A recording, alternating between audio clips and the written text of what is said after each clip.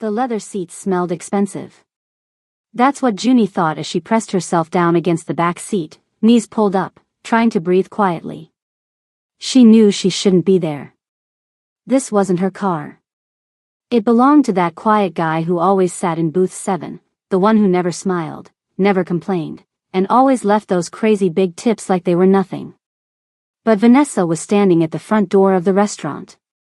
Vanessa with her flowers and that smile. The same woman whose, "I love you," eventually turned into, "You're nothing without me." 8 months. Junie had been free for 8 whole months. New city. New job. New phone. She deleted all the photos, blocked every account, and told nobody where she was going. And somehow, Vanessa had still found her. So when Junie spotted the unlocked car in the back lot, she didn't think twice. She just moved. Now she was stuck in a stranger's car, hearing her heart pound in her ears, praying nobody would open the door. Then the door opened.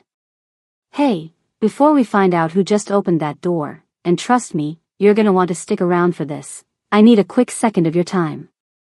If you're new here, this is what we do. We tell real stories about real people facing real stuff. No sugarcoating, no fairy tales.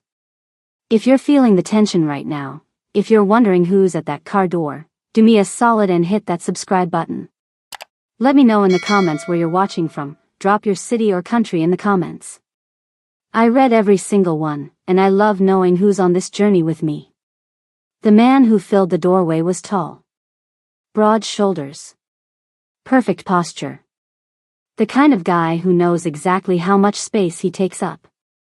Junie froze. The dim parking lot lights caught parts of him, his expensive suit, fancy watch, and that jawline that never seemed to relax. It was him. The guy from booth 7. He didn't yell. Didn't reach for his phone to call security. Didn't even look surprised. He just watched. His eyes took in everything. Her server uniform with the restaurant logo. The small tear in her tights. Her name tag. Her shaking hands. Then he looked past her, toward the restaurant entrance. Toward Vanessa, who was still standing there, scanning the parking lot like she had all night to wait. "You're hiding," he said. Not a question. Just a fact. His voice was quiet but clear. The kind that never needed to shout to be heard. Junie's heart hammered harder. This was it. He'd call the police. Make a scene. Vanessa would come running. "She's out there," Junie managed to say.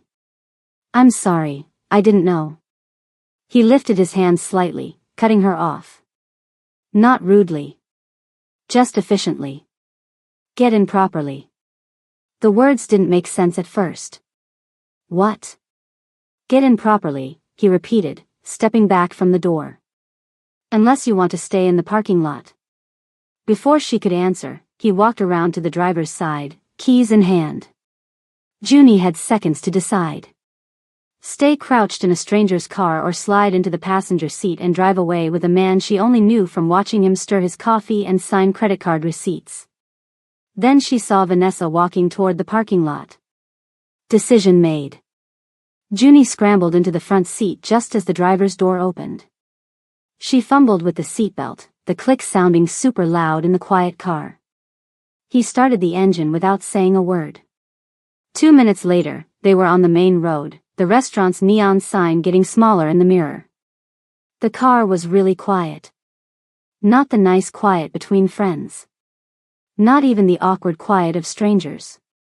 This quiet had weight to it, careful, watchful, full of questions nobody was asking. Junie kept her hand near the door handle. Old habit. Always know your way out. Always have a plan. Her eyes caught street signs, remembering where they were in case she needed to find her way back. He drove carefully. No sudden moves. No sharp turns. Hands at 10 and 2 like they teach you in driver's ed. LA's downtown lights passed by the windows, taco stands still open, closed shops, convenience stores with blinking signs. Friday night crowds hung out on corners, laughing too loud, leaning on each other. 3 red lights. 4. 5. Junie's stomach growled, reminding her that dinner had been half a sandwich eaten while standing between tables. That was 6 hours ago. Like he heard her thoughts, he spoke. When did you last eat? The question surprised her so much that Junie blinked. What? You worked a double, he said, eyes on the road. I was there for both shifts. A little chill ran down her spine. He'd noticed her. Watched her. Not just today but during different shifts. Paying attention. I don't, that's not. She stopped herself. Was this really happening? Sitting in a fancy car with a stranger she'd just been hiding from, talking about when she last ate? There's a diner, he said, filling the silence. Open all night. They won't ask questions. The way he said it wasn't pushy. Just information, offered with no pressure. Junie knew the smart thing to do. Ask to be dropped at a gas station. Call an Uber. Get away from this stranger who somehow made helping her seem like the most normal thing in the world. But something about his voice, the complete lack of pressure, just offering a simple solution, made her pause. Okay, she heard herself say. She'd spent 2 years with someone who turned every question into a demand, every suggestion into an order. The difference hit hard. They'd been driving for about 17 minutes when Junie finally asked what she really wanted to know. Who are you? He glanced at her quickly, then back at the road. The streetlights lit up his face, strong nose, high cheekbones showing his Korean background, slight stubble along his jaw. Park Simone, he said. That's it. Just the name. Junie shifted in her seat. That's not what I meant. I know. The corner of his mouth lifted a tiny bit. Not quite a smile. More like he got the point. Another red light. He stopped perfectly, hands still at 10 and 2. I own businesses, he said finally. Some legal. Some not so much. Certain people know my name. The words were careful. He was leaving space for her to read between the lines. Junie thought about this. That sounds like a warning. It is. The light turned green. They moved forward. Now would be the time to ask to get out. Now, before they went any further. Instead, she asked, so why are you helping me? His hands tightened a bit on the steering wheel. So subtle she might have missed it if she hadn't spent years watching for tiny changes, learning to spot storms before they hit. He didn't answer right away. When he did, his voice was quieter. Just for her, even though they were alone in the car. Because I know what it looks like when someone needs a door that isn't locked. Something in how he said it made her throat tight. There was history there. Experience. The kind you don't get from watching movies or reading about it. The car slowed, turning into a small parking lot. A neon sign flickered above, Moon's Corner Diner, open 24 hours. They walked into Moon's Corner Diner at 12:20 a.m. Junie had no idea, couldn't possibly have known, that in just 2 days the stranger would be the only thing standing between her and a nightmare she didn't see coming. And what his protection would cost would be more than either of them expected. You know, controlling relationships don't start out that way. They begin with attention. Someone really seeing you when you've been feeling invisible. It's only later that you realize how that attention changed from caring to controlling. By then, you're already caught in a web that's super hard to break free from on your own. When Junie moved away, cut contact, and changed her number, she was doing what experts call creating distance. It's necessary, but it's also one of the most dangerous times. When someone leaves an abusive relationship, that's when the risk gets highest. The hardest part of starting over isn't finding somewhere new to live or getting a new job. It's learning to trust again, other people, but mostly yourself. Trusting your ability to spot danger. To set boundaries. To know when an unlocked door is a trap or maybe, just maybe, a way out. Moon's Corner Diner looked like something from another time. Faded red booths, checkerboard floor, and a counter with spinning stools that squeaked when you turned them. The kind of place that served breakfast 24 hours a day because they understood some problems couldn't wait until morning. The bell above the door jingled as they walked in. It was nearly empty, just a truck driver hunched over coffee at the counter, a college kid surrounded by textbooks, and a waitress who looked up and nodded at Simone like she knew him. "Your usual spot?" she asked, already grabbing menus. He nodded, guiding Junie toward a corner booth. The one with a perfect view of both the entrance and the kitchen. The one where his back would be against the wall. Junie noticed how he scanned the place without being obvious about it. How his eyes caught every movement, every person. Like it was as natural as breathing. They slid into opposite sides of the booth. The vinyl seat crackled under Junie's weight. "Coffee?" the waitress asked. "Yes," Junie said, too quickly. Her hands were still shaky, and she tucked them under the table. The waitress looked at Simone. He just nodded once. When she left, silence settled between them. Not awkward, exactly. More like waiting. Like two people trying to figure out the rules of whatever this was. The coffee came. Black for him. Cream and sugar for her, though she hadn't asked for it. The waitress just seemed to know. Junie wrapped her fingers around the mug, letting the warmth sink into her skin. 10 hours since her last real meal. The menu sat unopened in front of her. "You should eat something," Simone said. It wasn't a command. Just a quiet observation. "I'm fine." "You're not." The bluntness surprised her. Not cruel, just matter of fact. The waitress returned. Simone ordered nothing. Junie hesitated, then asked for eggs and toast. Food she could eat quickly if she needed to leave in a hurry. More silence. Simone didn't seem bothered by it. His stillness was strange, complete control, no fidgeting, no checking his phone. Just present in a way most people never were. Finally, he spoke. "How long have you been at Crescent Moon?" 8 months. "You live alone?" Junie tensed. "Why?" Context. "Yes. I live alone." "Have you reported her?" "The woman who was waiting for you." 3 times. Junie's laugh had no humor in it. First time they said they needed more evidence. Second time they suggested I was overreacting. Third time they took a report that's probably in a drawer somewhere. Simone nodded like this was exactly what he'd expected. The bell above the door jingled again. 2 men walked in. Korean, maybe mid-30s, business casual clothes that didn't quite hide their athletic builds. They saw Simone. The change was instant. Their backs straightened. Eyes dropped slightly. Heads dipped in small bows of acknowledgement. They moved to the far corner of the diner, careful to keep distance between themselves and Simone's table. Junie noticed. "Who are they?" "Associates." "They're scared of you." "Cautious," he corrected. "There's a difference." Something shifted in that moment. Something important. Junie realized she was sitting across from someone people feared. Someone dangerous. Yet somehow, she felt safer than she had in months. It's a strange thing about danger. Sometimes the most dangerous person in a room is actually the safest to be around, if their danger isn't aimed at you.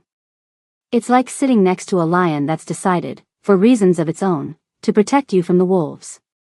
Junie's food arrived. She ate carefully, methodically, the way people do when they've gone too long without a meal. Simone watched with those observant eyes but said nothing. When she'd finished most of it, he asked, "The woman. How did she find you?" Junie pushed her fork through the remaining eggs, suddenly not hungry. "I don't know. I was careful. New phone. New address. Paid my deposit in cash. Didn't tell anyone where I was going." Simone considered this. She has resources then. Connections. Junie thought about it. About Vanessa's father, a man she'd never met but heard about constantly. Councilman Morris. The way Vanessa talked about him, his power, his influence, how he taught her that getting what you want was just about knowing the right people. Her father's a politician, Junie admitted. Nothing changed in Simone's expression, but something shifted in the air between them. Like the stakes had just gotten higher. Then the police won't help you. Not properly. I know. Junie's voice came out tired. Defeated. I've tried. The silence stretched. Then Simone reached into his jacket pocket and slid a card across the table. Plain white. Just a phone number. No name. This reaches me directly. If she shows up again, call. Junie didn't take it right away. Why would you do this? You don't know me. No. I don't. Then why? A long pause. When Simone spoke, his voice carried weight she couldn't quite understand. Because 11 years ago, I couldn't protect someone. And I've been making up for it ever since. He didn't explain further. Junie didn't push. But there was more there. Something that lived behind his eyes. Something that haunted him. She took the card. By the time they left Moon's Corner Diner, it was past 1 in the morning. The streets were quieter now. Just the occasional car, groups of late-night partiers stumbling between bars, the distant wail of a siren somewhere in the city. Simone had made a call before they left. A short conversation in Korean. When they walked outside, a different car was waiting, sleek, black, with a driver who opened the back door without a word. This is Kong, Simone said. Nothing more. Kong nodded, expression neutral. Another man who seemed to exist in Simone's orbit of careful control. They got in the back seat. Junie gave her address. Kong programmed it into the GPS and pulled away from the curb. The shift was subtle but important. A driver. More formality. A reminder that Simone operated in a different world than hers. A world with rules she didn't understand. They drove through Koreatown, past late-night barbecue places still doing business, 24-hour markets with bright lights, closed shops with security gates pulled down. 10 minutes later, they pulled up in front of her building. It wasn't much. Old brick. 6 stories. A buzzer system that worked about half the time. Home. Junie hesitated before getting out. Thank you. For tonight. I know it was weird. Unexpected, Simone said. Not weird. There was almost warmth there. Almost. She got out. Walked toward the entrance. Looked back once. The black car idled at the curb, waiting. Junie punched in her code, pushed through the front door, and waved a small goodbye. Only then did the car pull away from the curb. The elevator in Junie's building had been broken for 3 weeks. The super kept promising to fix it, but everyone knew better than to hold their breath. She climbed the stairs to the 3rd floor, legs heavy with exhaustion. The hallway was dimly lit, one bulb flickering near the end. Mrs. Kim in 3B had her TV on too loud, some Korean drama with dramatic music. Mr. Peterson's cat meowed from behind his door as she passed. Normal sounds. Comforting sounds. She reached her apartment, 3F, at the end of the hall. That's when she saw it. The door was open. Just a crack. But open. Her heart stopped. Junie didn't move. Couldn't move. Every instinct screamed danger. Through the small gap in the doorway, she could see into her apartment. Could see her bed against the far wall. Could see something on her pillow. A single red rose. When someone invades your home, they're not just entering a physical space. They're violating the one place you're supposed to feel safe. Your sanctuary. That violation does something to your sense of security that's hard to explain to anyone who hasn't experienced it. Suddenly, walls don't feel like protection anymore. Locks seem pointless. Privacy becomes an illusion. Stalking experts say this kind of escalation, from watching from a distance to entering your personal space, is a dangerous sign. It shows boundaries are being deliberately crossed, testing how far they can go. Junie didn't scream. She wanted to. God, she wanted to. But the sound died in her throat because this wasn't random. This wasn't a break-in for money or electronics. Vanessa had been in her apartment. Had touched her pillow. Had left a message that said, "I can reach you anywhere." Junie backed away from the door, her hands shaking so badly she almost dropped her keys. And for the second time that night, she reached for a lifeline she didn't fully trust. She pulled out the card Simone had given her. Junie stared at her apartment door, the small crack between it and the frame like a scream in the quiet hallway. The rose on her pillow seemed to glow in the dim light. Her fingers trembled as she pulled out Simone's card. Plain white. Just a number. She dialed, expecting voicemail at this hour. He answered on the second ring, voice clear. Not sleeping. She was in my apartment, Junie said. No hello. No introduction. Just the raw truth, her voice breaking on the last word. Simone didn't hesitate. Don't go inside. His voice was calm. Steady. Don't touch anything. Is anyone in the hallway with you? Junie looked around. Empty. Just Mrs. Kim's TV noise down the hall. No. Nobody. Kong is coming. 20 minutes. Wait in the stairwell where you can see both directions. Simple instructions. Easy to follow when your mind couldn't think straight. Before he hung up, Simone added, "You did the right thing. Calling." 4 words. That's all. But Junie hadn't heard them in so long that her throat tightened. The stairwell smelled like old cigarettes and cleaning solution. Junie sat on the cold steps, her back against the wall, watching both up and down. Her mind kept replaying the same thought, Vanessa was in my home. Vanessa touched my things. Vanessa knows where I sleep. She was so tired. Not just from working a double shift.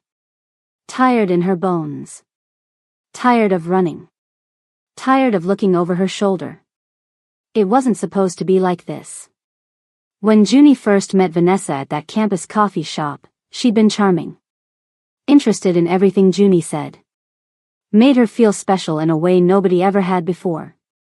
Brought her coffee during late study sessions. Remembered every little detail Junie mentioned. Then Grandma Lorraine died. The only family Junie had left. And Vanessa was there, holding her through the grief, handling the funeral arrangements, telling Junie's friends, she needs space right now, until they stopped calling. You know what's tricky about bad relationships? They don't start bad. That's the thing people don't understand. Abuse doesn't always look like yelling or hitting. Sometimes it looks like someone caring for you so completely that you don't notice when caring turns into control. The stairwell door opened. Junie tensed, then relaxed when she saw Kong. Same neutral expression. Same efficient movements. He checked the hallway first, then her apartment, moving with quiet confidence.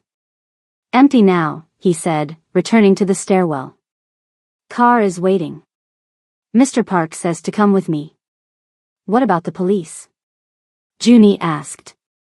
He's handling it. Someone will come to you. Better than you going to them.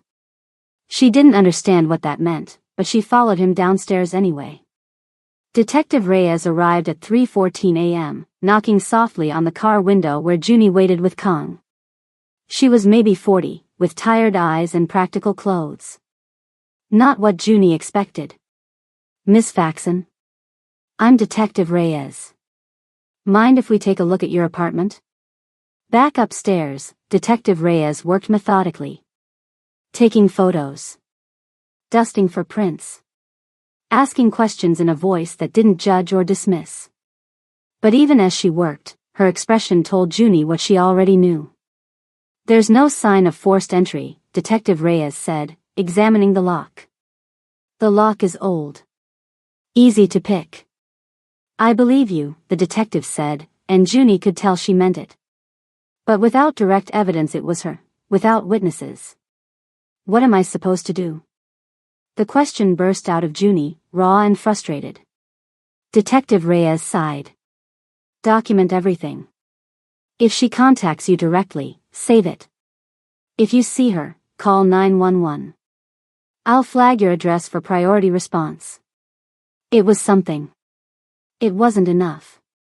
After the police left, taking the rose as evidence, Junie sat alone in her apartment. The rose was gone. But she could still feel its presence. Like a stain she couldn't wash out. She didn't sleep. The legal system has a big gap when it comes to stalking. Without direct threats or physical harm, it's incredibly hard to get help. Most stalking victims report to police multiple times before action is taken, if it ever is. It's like having to prove the fire before anyone will help you put it out. Morning light streamed through Junie's curtains, making dust particles dance in the air. She forced herself to shower. To eat a piece of toast that tasted like cardboard. Her phone buzzed. Text from Maya, her coworker. You okay? Vanessa came back after you left. Asked where you went. I said I didn't know. She looked mad. Junie stared at the message. Vanessa came back. Vanessa asked questions. Vanessa was looking for her. Before she could reply, another text. Unknown number. This is Park Simone. Detective Reyes will follow up. If you need a different place to stay, I can arrange it. No strings. No expectations. Your choice. Junie read it 3 times. Your choice. When was the last time someone had given her options without making it feel like a trick question? She typed back, I need to think. His response came quickly, take the time you need. The offer stands. Sometimes making your own choices feels strange after someone has been making them for you. It's like a muscle that's gotten weak from lack of use. The first few decisions feel shaky, uncertain. But it's the only way to rebuild that strength. Junie put down her phone and looked around her apartment. Same walls. Same furniture. Same life she'd been building for 8 months. But it didn't feel like hers anymore. Vanessa had walked these floors. Touched these things. Left that rose like signing her name. And somewhere out there, Vanessa was waiting. Planning. Watching. Junie had 3 choices, run again. Hide and hope. Or accept help from a man whose world operated outside the rules she understood. She didn't know which one would save her. She didn't know which one would cost her everything. Saturday afternoon came way too fast. Junie stood in front of Crescent Moon restaurant, staring at the entrance. Her body felt heavy, like she was moving underwater. 3 hours of sleep wasn't enough to erase the memory of that rose on her pillow. She pushed through the door, tying her apron as Maya looked up from rolling silverware. Holy crap, Maya said, eyes widening. You look terrible. Thanks. Just what every girl wants to hear. Seriously, what happened? Junie shrugged, avoiding eye contact. Bad night. I'm fine. You don't look fine. You look like you've seen a ghost. If only it was just a ghost, Junie thought. The first hour was rough. Every time the door opened, Junie's heart jumped. Every woman with blonde hair made her freeze mid-step. Every corner she turned, she half expected to see Vanessa waiting. Then he walked in. Park Simone. Same black suit. Same careful movements. He didn't look at her directly. Didn't approach. Just took his regular spot in booth 7 and opened his menu like it was any other day. And somehow, knowing he was there, that someone who understood the situation was watching, made it easier to breathe. It's strange how safety works. We're taught to look for it in official places, police stations, security systems, well-lit streets. But sometimes, safety shows up in unexpected forms. Sometimes it's just knowing someone else sees the danger you're facing. The next few days fell into a pattern. Sunday morning, Junie spotted Kang's car parked across from her bus stop. Not obvious, but there if you knew to look. She texted Simone, "Your driver is outside my building." His response came quickly, "Precaution. He'll keep distance if you prefer." She stared at the message. She should say yes. Should tell him to back off. Should handle this herself. She didn't reply. Sunday afternoon shift, Simone in booth 7. Reading something on a tablet. Staying 3 hours, longer than usual. Monday morning, Chef Yoon acting strange when Junie arrived. Maya pulled her aside during break. "Someone sent you flowers yesterday." "No card." "What? When?" "After your shift." Yoon threw them out. Said he had a bad feeling. Junie's hands turned cold. Monday evening, her neighbor Mrs. Patel mentioned a nice young woman asking about Junie's schedule. Said she wanted to surprise you. "I told her I didn't know when you work." "Was that wrong?" "No," Junie said, throat tight. That was exactly right. Tuesday morning, a message request on Instagram. New account. 0 posts. Profile picture, the little Italian restaurant where Vanessa used to take Junie for their monthly special dates. Delete. Block. Tuesday afternoon, Simone in booth 7 again. This time with a man Junie hadn't seen before. They spoke in low voices, papers spread between them. The pattern was clear. Vanessa was circling, testing boundaries, sending reminders. "I can reach you anywhere. I'm still watching." And Simone was watching too. Never intruding. Never imposing. Just present. Tuesday night, 9:17 p.m. Junie's shift finally ended. She lingered, helping Maya restock salt shakers, wiping down already clean tables, anything to delay walking outside into the dark. The restaurant was nearly empty. Just a couple finishing dessert and Simone, still in booth 7, working on his phone. Chef Yoon approached her, wiping his hands on his apron. "That man. He paid your tab." Junie blinked. "I don't have a tab." "He paid for meals." "Yours." "For the next month." Yoon shook his head. "First time in 15 years someone does this." "I tell him we don't do that." "He says we do now." Junie looked over at booth 7. Then walked straight to it. "You paid for my food." Simone looked up from his phone. "You weren't eating." "I noticed." "That's not," she took a breath. "I can take care of myself." "I don't doubt it." "Then why?" "Because sometimes accepting help isn't weakness. It's strategy." His words caught her off guard. Junie sat down across from him without asking. He didn't seem to mind. "I don't understand you," she admitted. "I keep waiting for the catch." "There isn't one." "There's always a catch." Simone considered this, setting his phone down. "You've learned that lesson hard." "I understand. But not every door opens onto a trap. Some are just doors." Silence stretched between them. The couple at the other table left, leaving just them and the staff. "I can't keep living like this," Junie finally said. "Jumping at shadows. Waiting for her to show up. Then stop waiting." "How?" "Let me help you. Properly. Not just watching from across the room. When someone has controlled your life, making your own choices feel scary. You second-guess yourself. Wonder if you're trading one form of control for another. It's like learning to walk again after a bad injury. You don't trust your own legs to hold you." "What does properly mean?" Junie asked, watching his face carefully. Simone laid it out plainly. "There's a safe house. Neutral location. You can stay there while we assess the situation. I have people who can find out how she located you, what resources she's using, what her next move might be. Junie's hesitation must have shown on her face. And what do you get out of this? She asked. Nothing. No one does something for nothing. Something flickered across Simone's face, a flash of pain, quickly controlled. It was the most emotion she'd seen from him.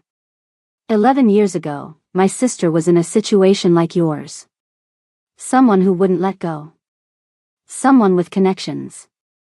I was too young, too powerless to help. By the time I had resources.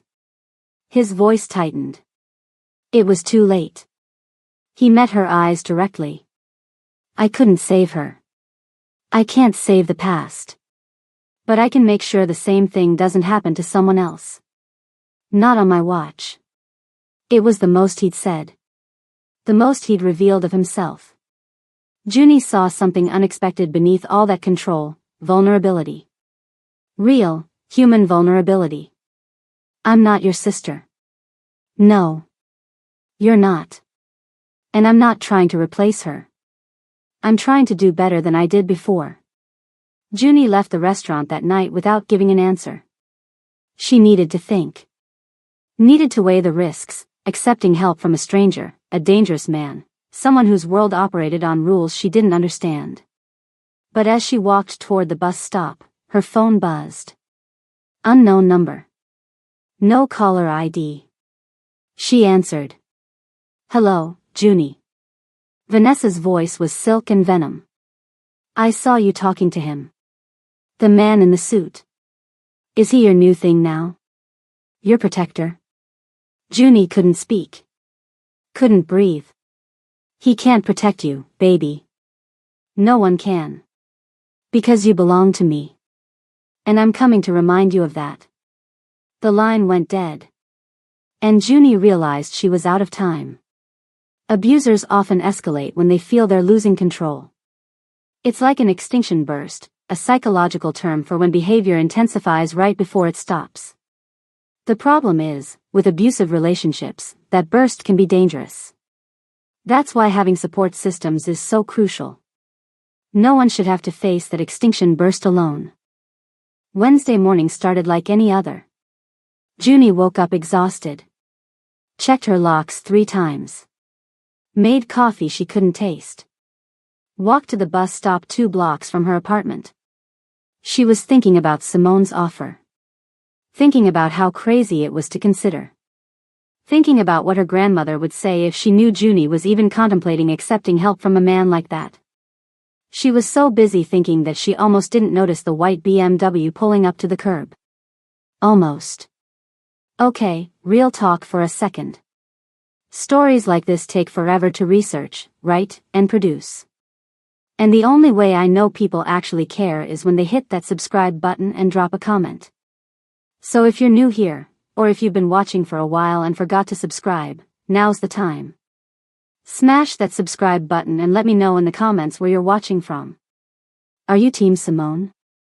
Do you think Junie should trust him? Let me know. Okay. Let's get back to that BMW. Because what happens next changes everything. The car door opened, and there she was. Vanessa. Perfect makeup. Hairstyle just right. Wearing that cream-colored pantsuit that made her look professional and put together. The outfit screamed, concerned friend rather than stalker who breaks into apartments. That was always her talent. Looking good for the audience. Junie. Baby. Can we talk? Junie glanced around. An elderly man with a newspaper. A mother with a stroller. Witnesses. Of course Vanessa would approach her here, where making a scene would make Junie look crazy, not her. We have nothing to talk about, Junie said, proud that her voice didn't shake even though her hands did. Please. I just want to understand what happened. You left without even. I left because I needed to leave. Vanessa stepped closer, her smile never wavering. You're confused. I get it. It was a hard time. Your grandmother passing, all that stress. I forgive you. Junie almost laughed. She recognized the game now. How had she not seen it before? The way Vanessa turned everything around, making Junie's actions the problem, offering forgiveness like a gift Junie should be grateful for. I don't need your forgiveness. Then what do you need? Vanessa's voice dropped so only Junie could hear. Because I've been patient. I've given you space. But you're embarrassing me now. Running around with some Korean gangster like you've forgotten who you are. I know exactly who I am. Do you? For just a second, Vanessa's mask slipped. Something cold and ugly flashed in her eyes. Because that man can't help you. My father has connections you can't imagine. One phone call and your life gets very complicated. Immigration sweeps at your workplace. Health code violations. Your apartment building suddenly facing code enforcement. Junie felt the blood drain from her face. You wouldn't. I don't want to. I love you. I just want you to come home. When someone who has hurt you says, I love you, it's not about love. It's about control. Real love doesn't threaten. It doesn't damage. It doesn't make your world smaller. Before Junie could answer, a black sedan pulled up behind Vanessa's BMW. Kong stepped out first.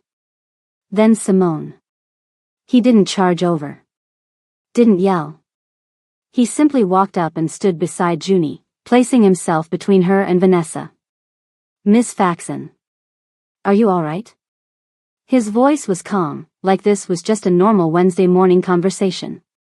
Vanessa's smile froze on her face. This wasn't in her script. This is a private conversation, she said, voice tight. It was. Now it isn't. You don't know who you're dealing with. Simone didn't raise his voice. Didn't change his expression. I know exactly who you are. And I know exactly who your father is. Councilman Morris, District 7. Up for re-election in 14 months. Currently under investigation for campaign finance irregularities, though that's not public knowledge yet. The color drained from Vanessa's face. I also know about the 3 other women who filed complaints against you before Junie. Sealed records, but records nonetheless. Would your father's campaign survive that story breaking? I wonder. You're bluffing. I don't bluff. The bus stop went quiet. The other people pretended really hard not to be listening. Vanessa took a step back. Then another. This isn't over. Yes. It is. She got in her car and drove away, tires squealing.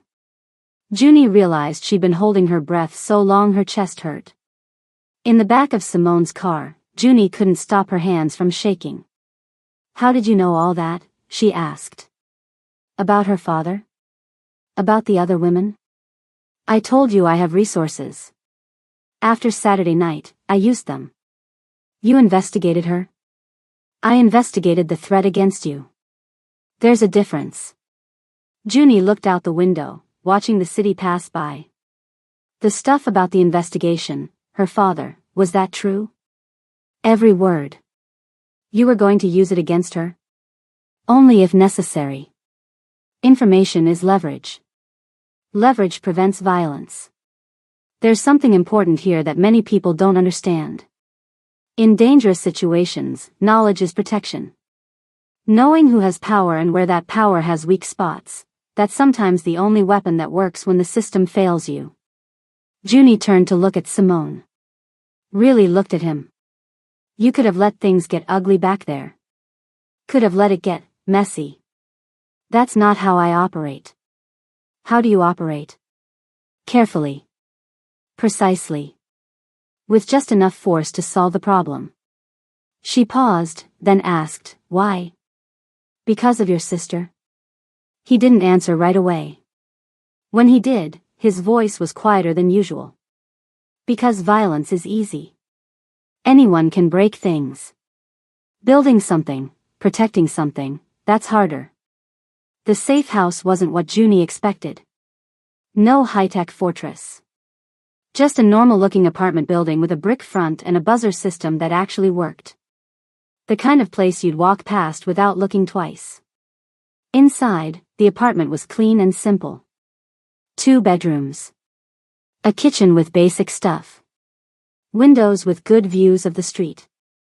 Simone showed her around, pointing out the security, reinforced locks, cameras in the hallway, a panic button that connected directly to his security team. You'll be safe here. My people take shifts outside. No one gets close without us knowing. Junie sat on the couch, suddenly feeling how tired she really was. What happens now? Now you rest. Work if you want, I can have Kong drive you. But your apartment, the bus stops, the routes Vanessa knows, those places aren't safe anymore. And then what?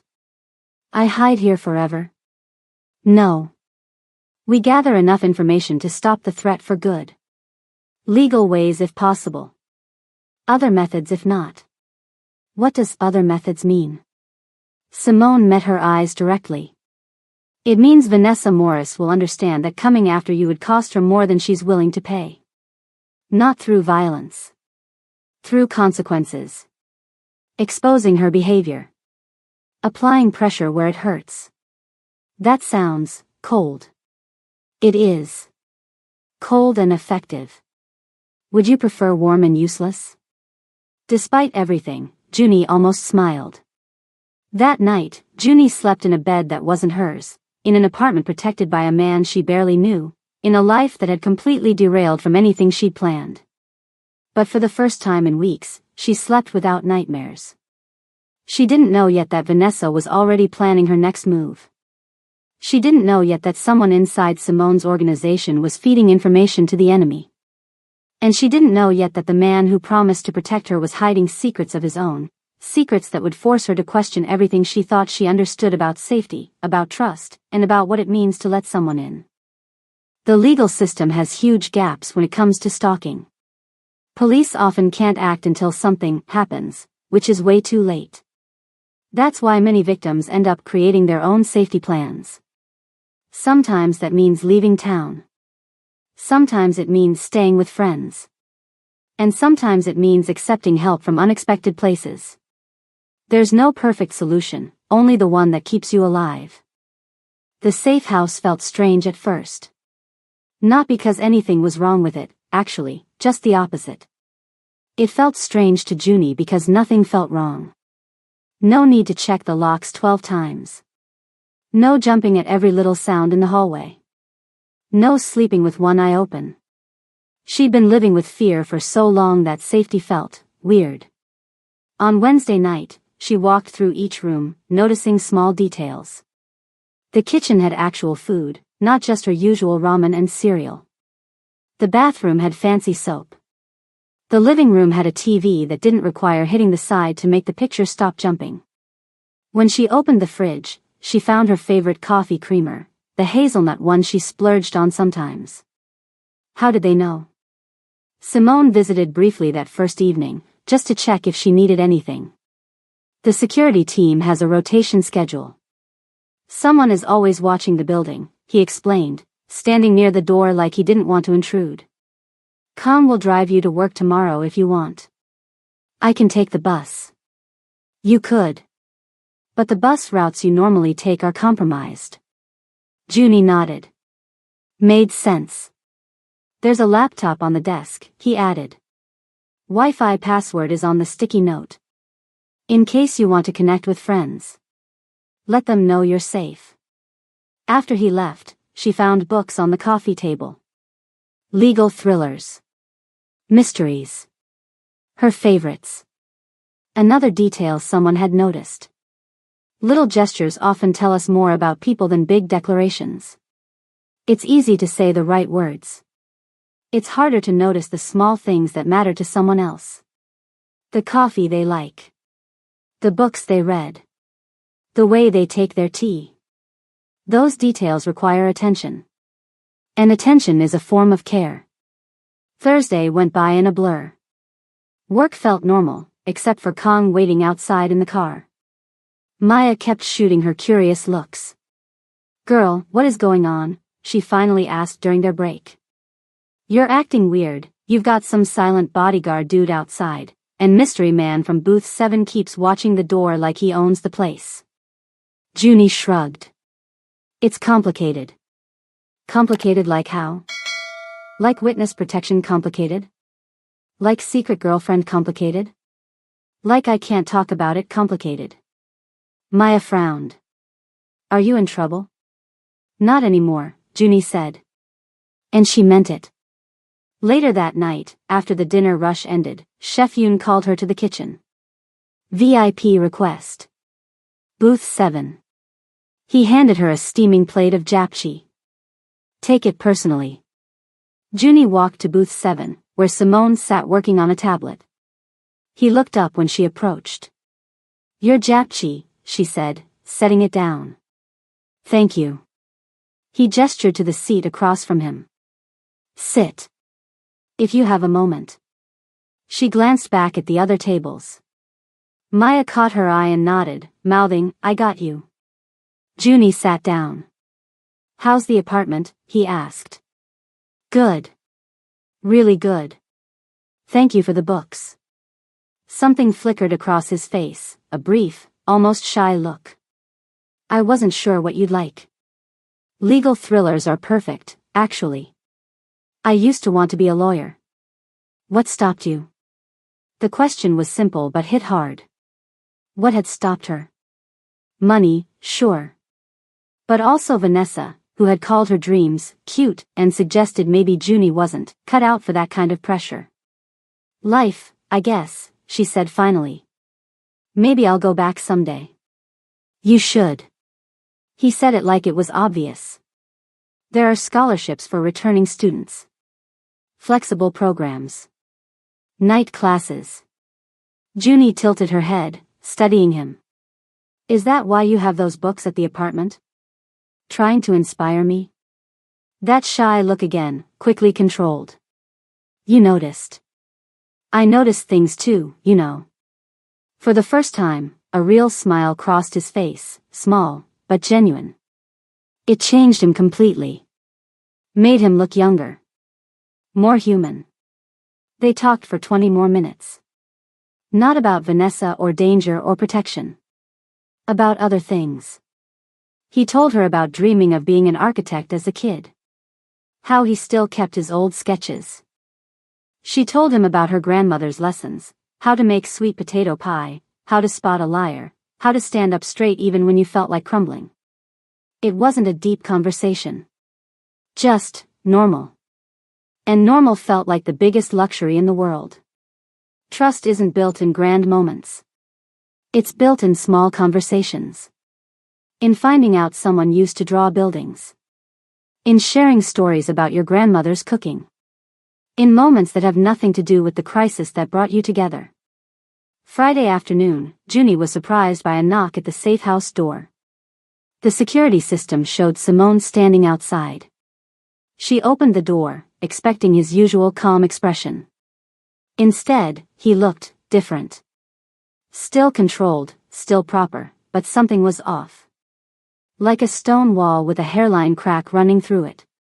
November 15th, he said as he stepped inside. Today. Junie waited, not understanding. The anniversary. Of my sister's death. Understanding washed over her. This wasn't a professional visit. Do you want to sit? She asked quietly. He nodded, moving to the couch. For once, he didn't look like the powerful, untouchable man who commanded respect with just his presence. He looked like someone carrying a weight that never got lighter. Slowly, carefully, he told her the full story. His sister, Park Soo-jin, had been 23. Studying medicine. Brilliant, everyone said. She had a boyfriend who seemed perfect on paper, charming, successful, well-connected. But behind closed doors, he was controlling. Jealous. Slowly cutting her off from family. I saw the signs, Simone said, looking at his hands. I was 19, already taking over my father's business after his stroke. I tried to talk to her. She told me to trust her. Said she had it under control. His voice tightened. 2 weeks later, they found her in her apartment. Official ruling was an accidental fall. Everyone knew it wasn't. What happened? His family had connections. Investigators were paid. Evidence disappeared. He finally looked up, meeting Junie's eyes. I couldn't protect her. I had money. I had people. But I didn't act fast enough. I trusted that she knew what she was doing. It wasn't your fault, Junie said quietly. Wasn't it? His voice had an edge now. I had the power to remove her from that situation. I didn't use it because I respected her autonomy. And she died. Junie saw it clearly now, the impossible balance he'd been trying to find with her. Between protecting her and controlling her. Between offering safety and taking away choice. What happened to the boyfriend? She asked. Simone's expression went cold. He left the country. Permanently. That's all I'll say. The room felt heavy with his grief, with the weight of decisions made and unmade. Survivor's guilt is one of the cruelest burdens. When someone you love is hurt, your mind creates endless scenarios where you could have prevented it. Should have seen it coming. Should have done more. The truth is, we can never fully protect the people we care about. We can only do our best with what we know at the time. After a while, the conversation shifted. Became mutual. Junie told him about her grandmother. About growing up in Oakland. About how she stayed with Vanessa for 2 years even though deep down she knew something was wrong, because admitting she'd chosen wrong felt like failing.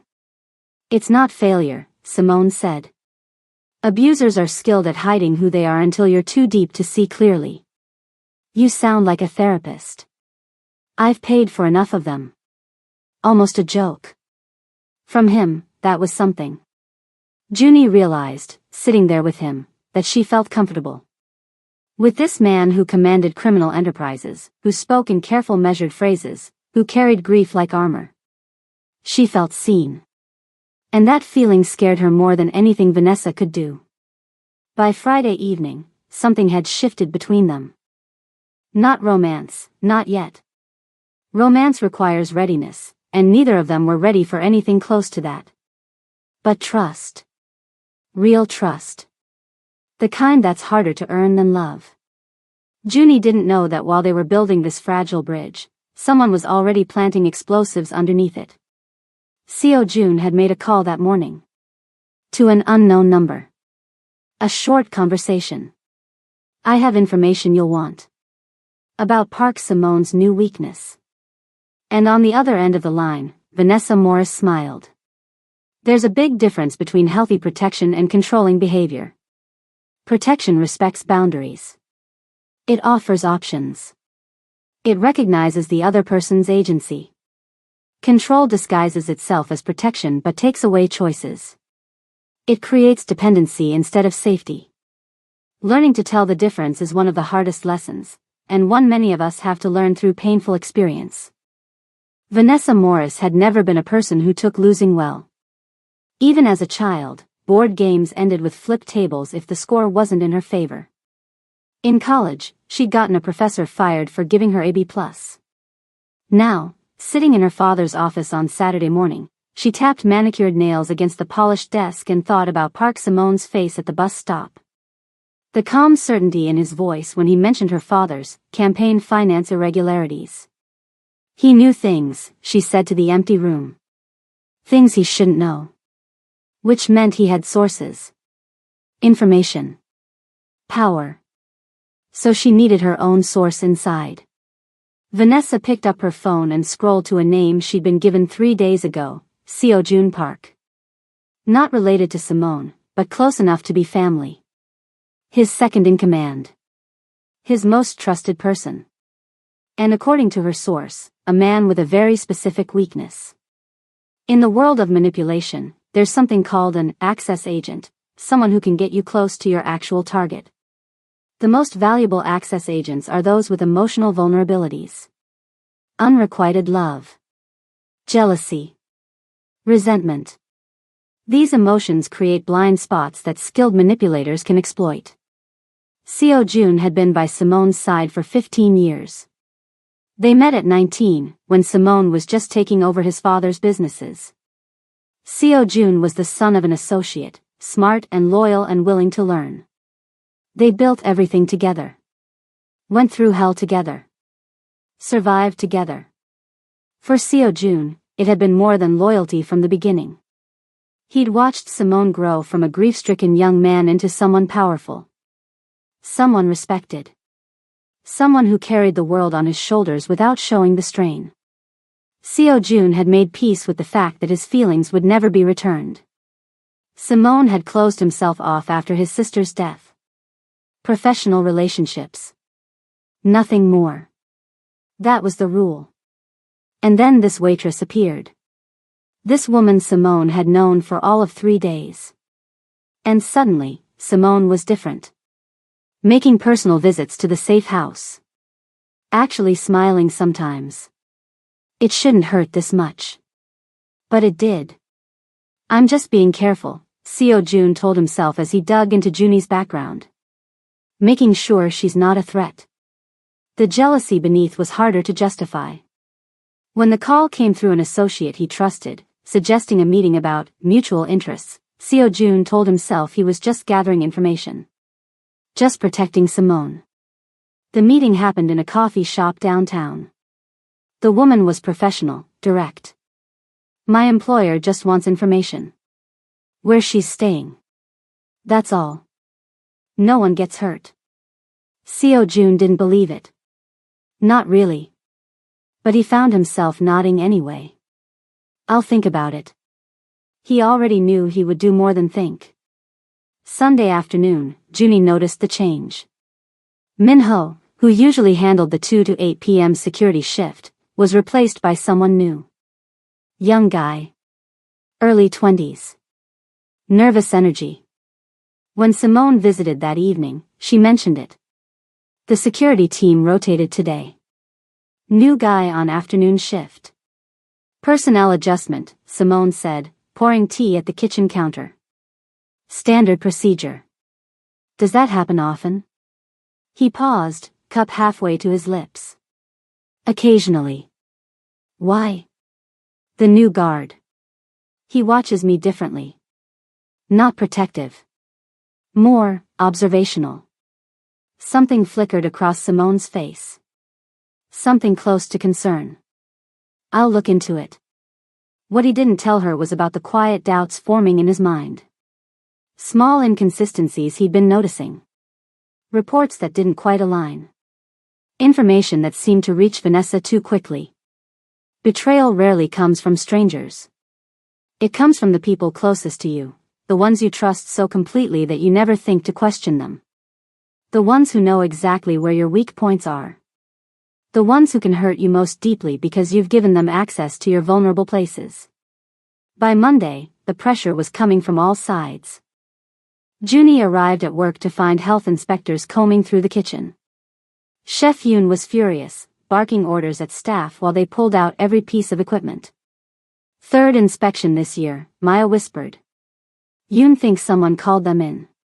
The message was clear. Vanessa's father was flexing his municipal muscles. During her break, Juni's phone rang. Her landlord. Miss Faxon, we've received some concerns regarding your lease compliance. What concerns? I've paid rent on time every month. Yes, well, there are questions about unauthorized occupants. Suspicious activity. We may need to review your lease status. Vague threats. Just enough to let her know her housing wasn't secure. After work, Maya pulled her aside. Some woman's been showing your picture at businesses around here. Asking questions. Saying she's a worried friend. The walls were closing in. That night, back at the safe house, Juni sat on the couch staring at nothing. Not crying.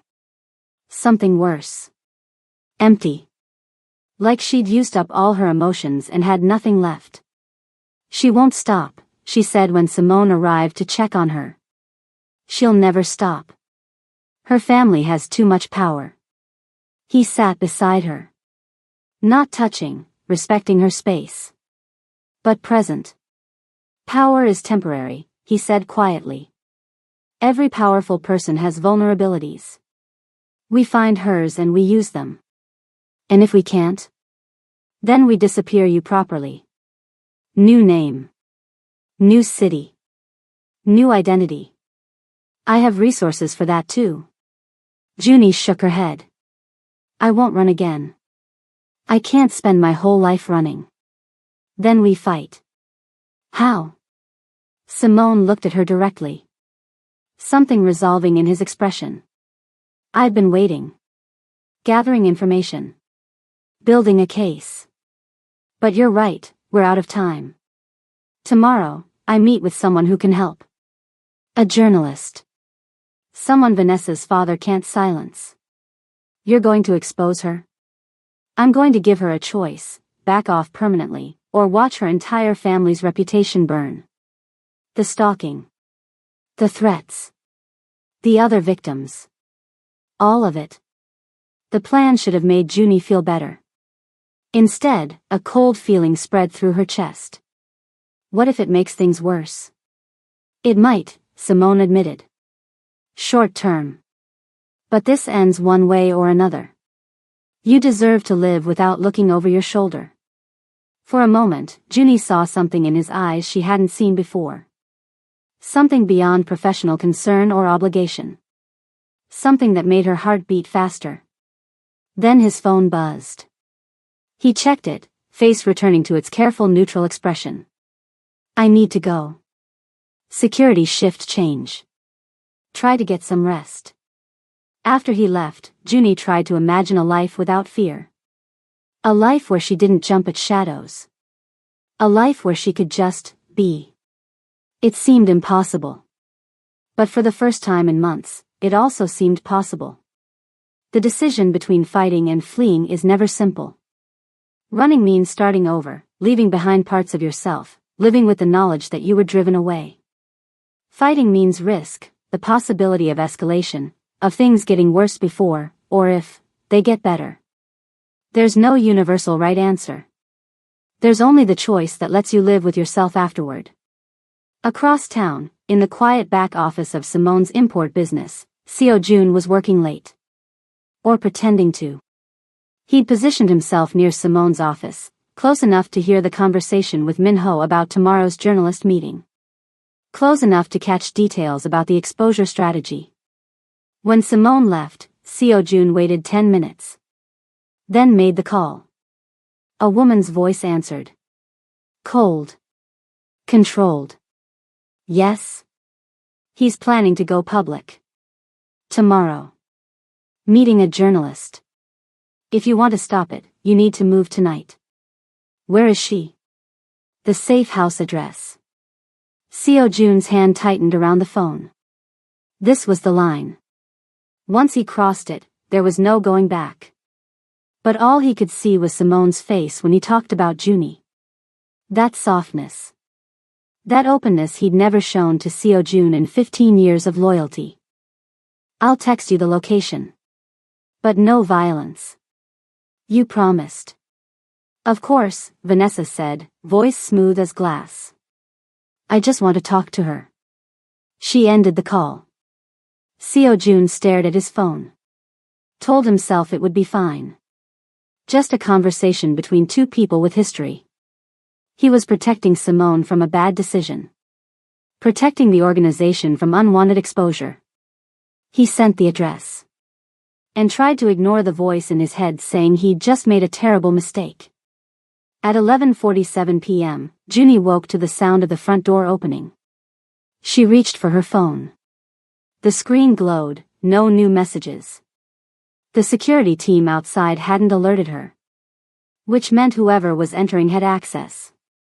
She slipped out of bed. Grabbed the lamp, the only heavy object nearby. Pressed herself against the wall. Footsteps in the hallway. And then a voice she knew too well. Junie? I know you're awake. Let's talk. Just us. Like old times. Vanessa had found her. And somewhere across town, Simone's phone buzzed with a silent alarm, a breach at the safe house, just as a car with no headlights pulled up behind him. They weren't just coming for Junie. They were coming for him too. Systems that should protect people are often used against them. Abusers with connections can weaponize everything from health inspections to housing regulations to police reports. This is why many victims don't report. They know the system can be turned against them. It's not enough to tell people to use the system. Sometimes we need to acknowledge that the system itself is part of the problem. At 11:47 p.m., Junie stood perfectly still against her bedroom wall, lamp clutched in white-knuckled hands, listening to footsteps moving through the safe house. Junie? I know you're awake. Let's talk. Just us. Like old times. Vanessa's voice was so familiar. The gentle lilt at the end of sentences. The way she stretched Junie's name into 2 syllables. Once, that voice had made Junie feel special. Now it made her skin crawl. Vanessa appeared in the doorway, backlit by the hallway light. She looked normal. Jeans and a sweater. Hair pulled back. Like she was stopping by for coffee, not breaking into a secured apartment in the middle of the night. You look scared, Vanessa said, tilting her head. That hurts, you know. After everything we meant to each other. How did you get in? Junie's voice sounded steadier than she felt. Friends in the right places. Vanessa smiled. Did you really think some gangster security could keep me out? My father's people are everywhere. Junie's mind raced. The panic button was in the nightstand drawer. 10 feet away. Might as well be a mile. What do you want? I want you to come home.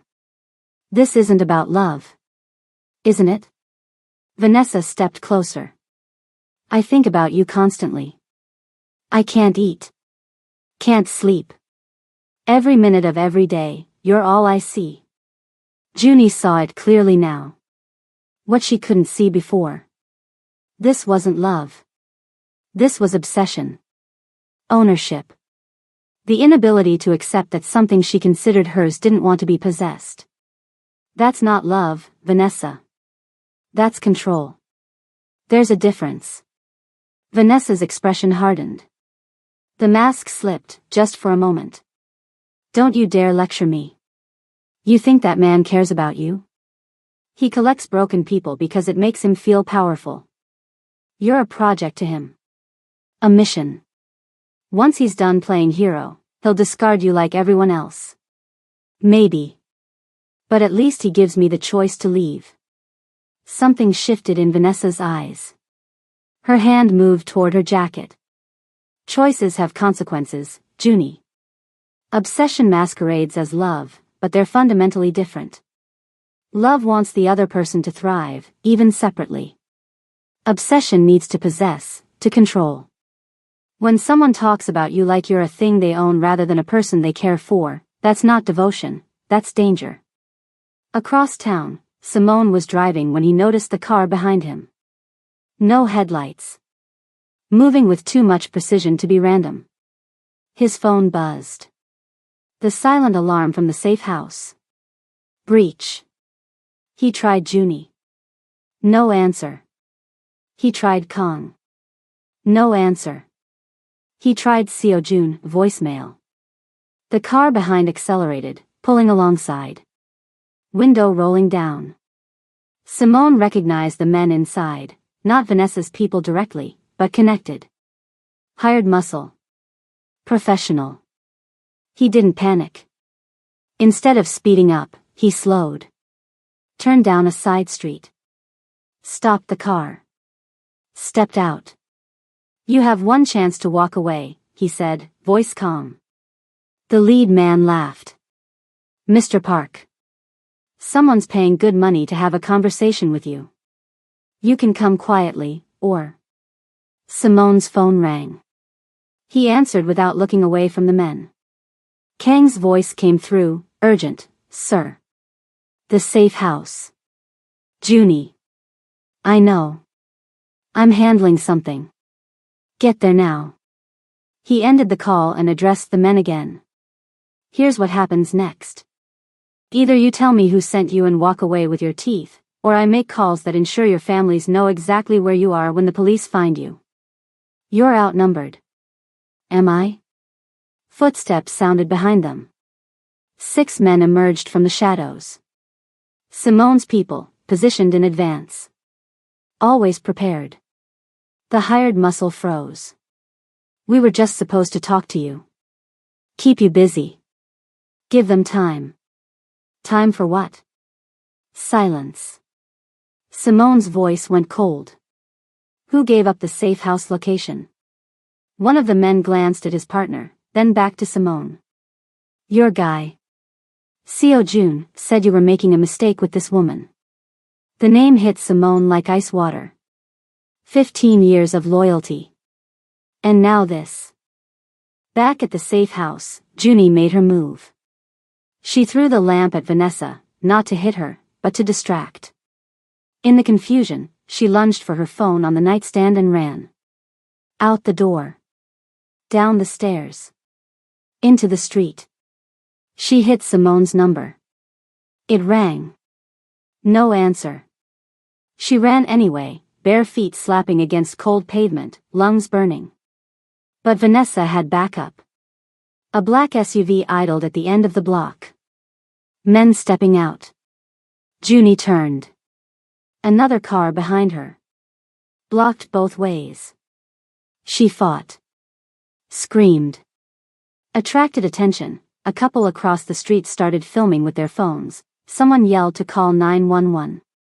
But before help arrived, strong hands grabbed her. A cloth pressed against her face. The world went dark. When she next opened her eyes, she was in a warehouse.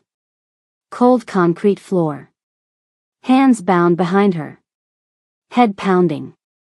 Vanessa sat in a folding chair across from her, one leg crossed over the other, scrolling through her phone. See?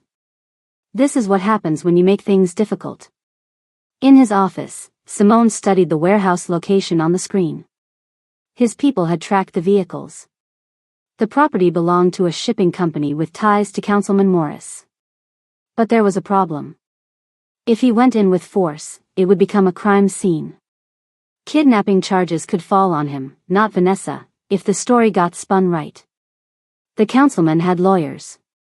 Media contacts. Police on payroll. The door opened. Seo Jun stood there, face bruised. Simone's men had found him. I didn't know they would take her, Seo Jun said, voice ragged. I just wanted. You wanted what? Simone's voice was deadly quiet. Seo Jun couldn't meet his eyes. I wanted you to see her for what she is. A distraction. A weakness. And you betrayed me to prove that point. I betrayed you because you were never going to see me. The words exploded out of him. 15 years of silence finally breaking. Simone's expression didn't change. Not a flicker. But something in his eyes went very still. We'll discuss this later. If you want any chance of redemption, you'll tell me exactly how many people are in that warehouse and where Junie is being held. Seo Jun provided the information. It was the only thing he could offer. When he finished, Simone made a call. Not to his men with weapons. To the journalist he'd planned to meet tomorrow. To Detective Reyes. To 3 news stations. I'm sending you evidence. Kidnapping in progress. Councilman Morris's daughter. Armed men at a warehouse his company owns. Film everything. Then he drove to the warehouse. Alone. When systems of power protect abusers, sometimes the only weapon is visibility. Darkness enables abuse. Light exposes it. This is why documentation matters, why witnesses matter. The thing abusers fear most isn't punishment, it's exposure. It's having their carefully constructed public image shattered. In the warehouse, Vanessa paced back and forth. I don't understand why you're making this so complicated, she said. We were happy. No, Junie said, feeling strangely calm despite everything. You were happy. I was surviving. That's dramatic. I gave you everything. You gave me things I never asked for, then used them as reasons I should stay. That's not giving. That's trapping. Vanessa's phone buzzed. She checked it, face paling. What's wrong? Junie asked. Nothing, Vanessa snapped, but her hands shook as she made a call. Dad? We have a problem. Junie heard sirens in the distance. Getting closer. Vanessa's voice rose. What do you mean you can't fix it? You always fix it. Something was happening. Something that scared Vanessa. The warehouse door opened. Simone walked in, alone and unarmed. Behind him, police sirens were approaching. News vans were on the way. The story was already breaking. Vanessa heard the sirens too. Her mask finally cracked completely. You called the press? The police? I told you, Simone said, his voice steady. I don't bluff. Every word I said at that bus stop was true. Every piece of evidence I have is now in the hands of people your father can't silence. You've destroyed me. No. You destroyed yourself. I just made sure everyone saw it. And across the warehouse, tied to a chair but no longer afraid, Junie Faxon looked at the man who had just sacrificed his anonymity, his protection, his carefully built shadows, to save her in the light. She understood now. This wasn't about his sister. Not entirely. This was about him choosing, finally, to be the person he wished he'd been 11 years ago. Even if it cost him everything. We often think power means force, the ability to overwhelm opposition. But sometimes the most powerful choice is vulnerability. Stepping into the light. Accepting that your own safety might be compromised for something more important. Real strength isn't about being invulnerable. It's about knowing what you're willing to be vulnerable for. The police arrived at 1:47 a.m. By 2:30 a.m., the warehouse was surrounded by news cameras. By 3 a.m., Councilman Morris was fielding calls from reporters asking about his daughter's arrest for kidnapping. By sunrise, Vanessa Morris was in custody. And Junie Faxon, for the first time in years, was free. Really, truly free. But freedom, as she was about to learn, comes with its own complicated questions.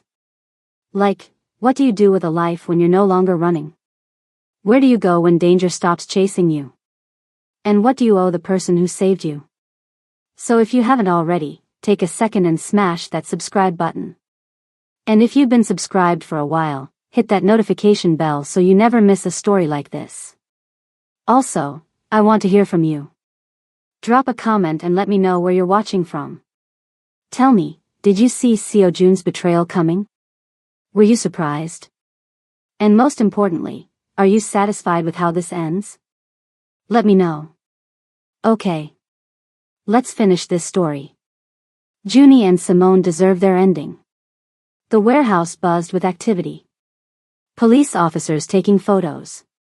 Paramedics checking Junie's wrists where the restraints had left marks. Detective Reyes stood nearby, notebook open, waiting patiently. Through the glass doors at the entrance, Junie could see the flashing lights of news vans. Cameras. People with microphones. All focused on the scandal unfolding, a councilman's daughter caught in the act of kidnapping. You're going to need to give a statement, Detective Reyes said gently. When you're ready. Junie nodded, wrapping the shock blanket tighter around her shoulders. What happens to Vanessa? Kidnapping charges. Assault. Her father's lawyers will try to minimize, but the evidence is overwhelming. Detective Reyes looked up from her notebook. Plus, you're not the only one pressing charges now. What do you mean? Those other complaints. The sealed records Mr. Park mentioned. Those women are coming forward. The publicity broke something open. Junie looked across the warehouse where Simone stood talking to another officer.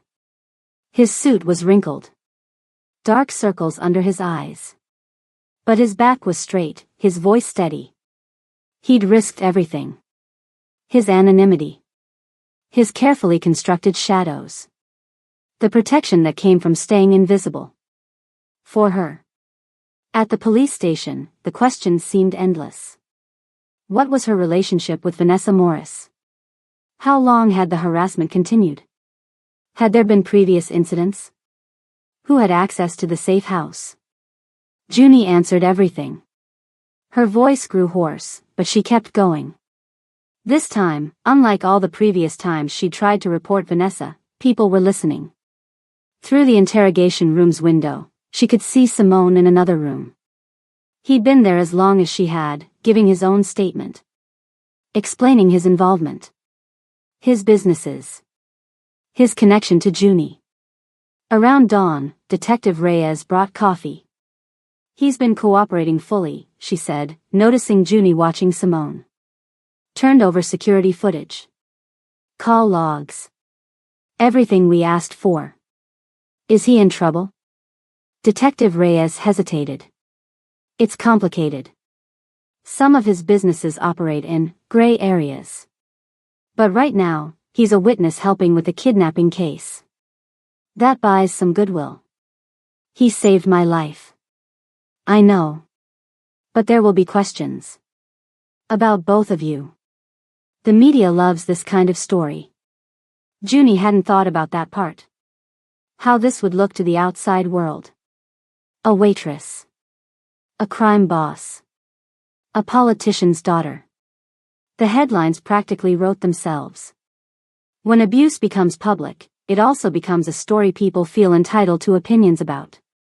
Suddenly your trauma isn't just yours anymore, it's content. Commentary.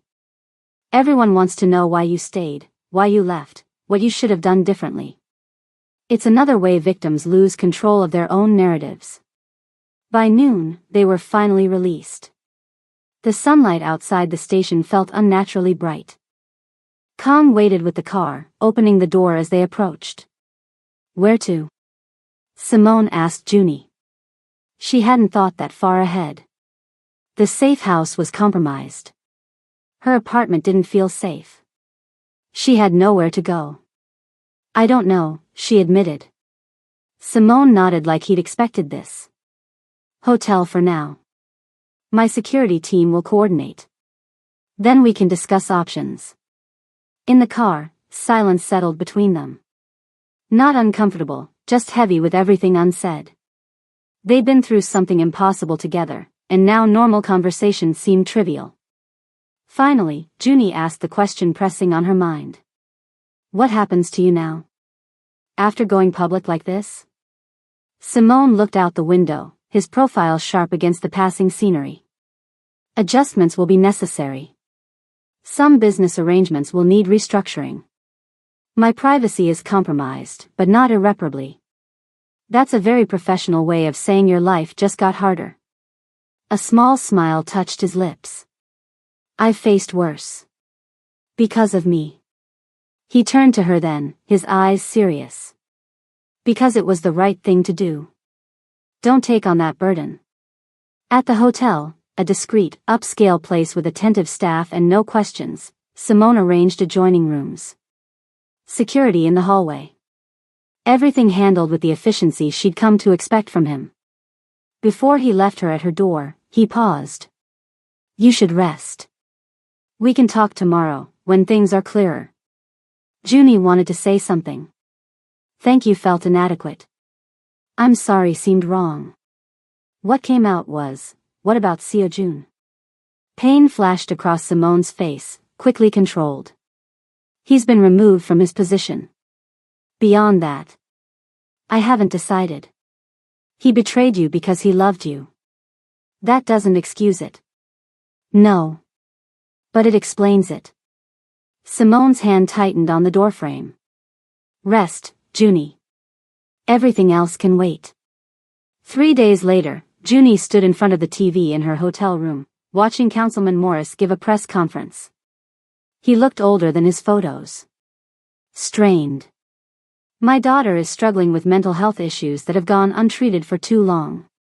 We're getting her the help she needs. We ask for privacy during this difficult time. The classic defense. Not denial, but deflection. Mental illness as the explanation, not the entitled rage of someone who couldn't stand being refused. Junie's phone buzzed. Maya. Girl, you're famous. I can't believe all this. Are you okay? Where are you? Junie smiled despite everything. I'm safe. At a hotel. It's a lot. Are you with him? The suit guy? They're saying all kinds of crazy stuff about him online. He's helped me. That's all that matters. Yeah, but what happens now? With you guys? It was the question Junie had been asking herself. What did happen now? The immediate danger was gone. Vanessa was in custody, her father scrambling to contain the scandal. The crisis that had thrown them together was ending. What remained? There's a phenomenon called trauma bonding, where intense shared experiences create powerful connections between people. The question is always, when the crisis ends, does the bond remain? Does it transform into something sustainable, or was it just a response to extreme circumstances? There's no simple answer. Only time tells.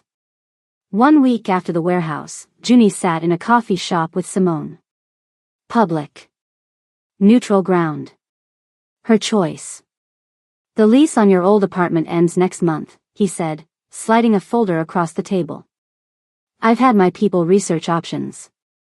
Safe buildings. Good security. Affordable. You want me to move? I want you to have choices. She opened the folder. Printouts of apartments. All within her budget. All in better neighborhoods than she could normally afford. Are you subsidizing these?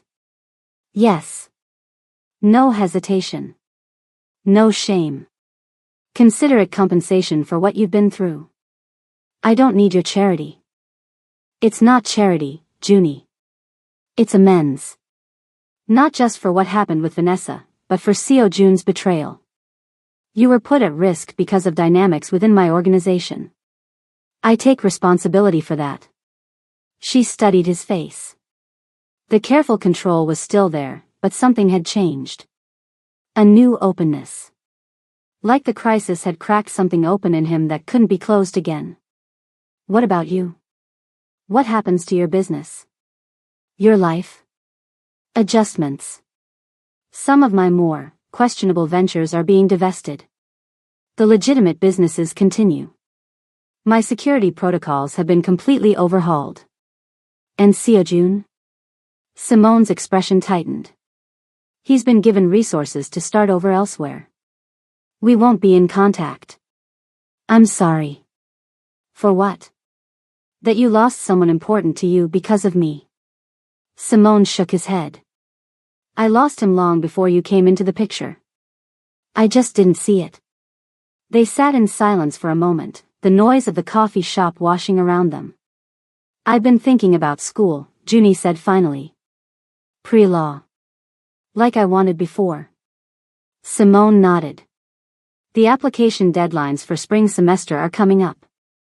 I can connect you with admissions counselors at several programs if you'd like. I'd like to do it myself. But thank you.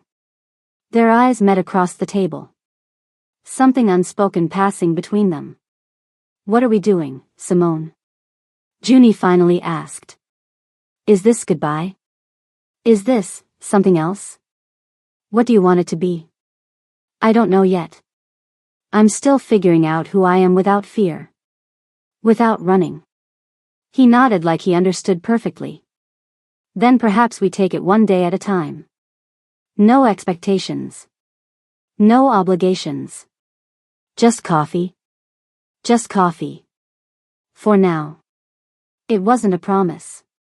It wasn't a goodbye. It was a door, left carefully open. 2 weeks after the warehouse, Junie stood in her new apartment. Top floor. Good security.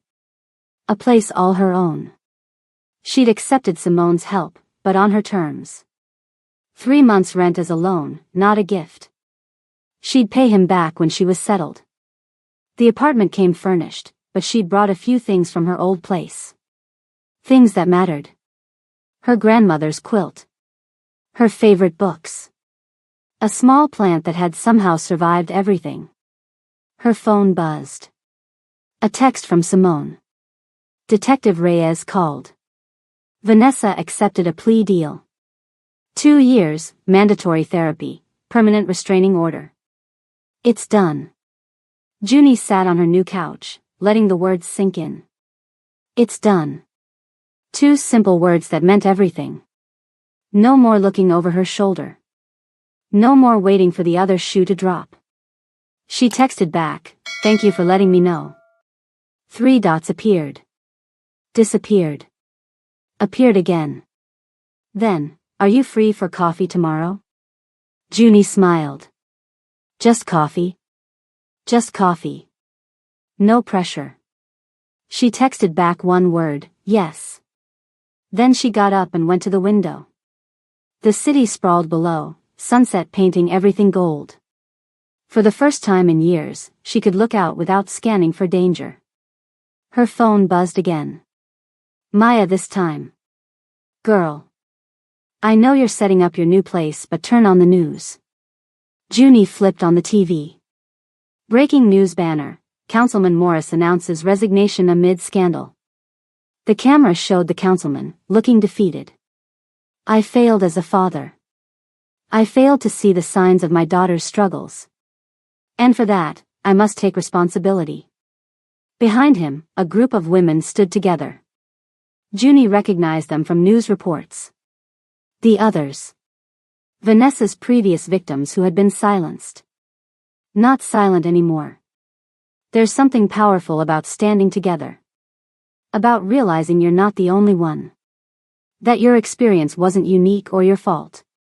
Sometimes healing doesn't just come from escaping abuse, it comes from helping make sure it doesn't happen to someone else. Junie's phone buzzed one more time. Simone again. "Justice looks different than I expected." She smiled. "Better or worse?" "Just different. Slower. More complicated. But perhaps more lasting. Like healing," she thought. Like trust. Like whatever was growing between them, this careful, tentative thing with no name yet. Not a fairy tale ending. Something better. Something real.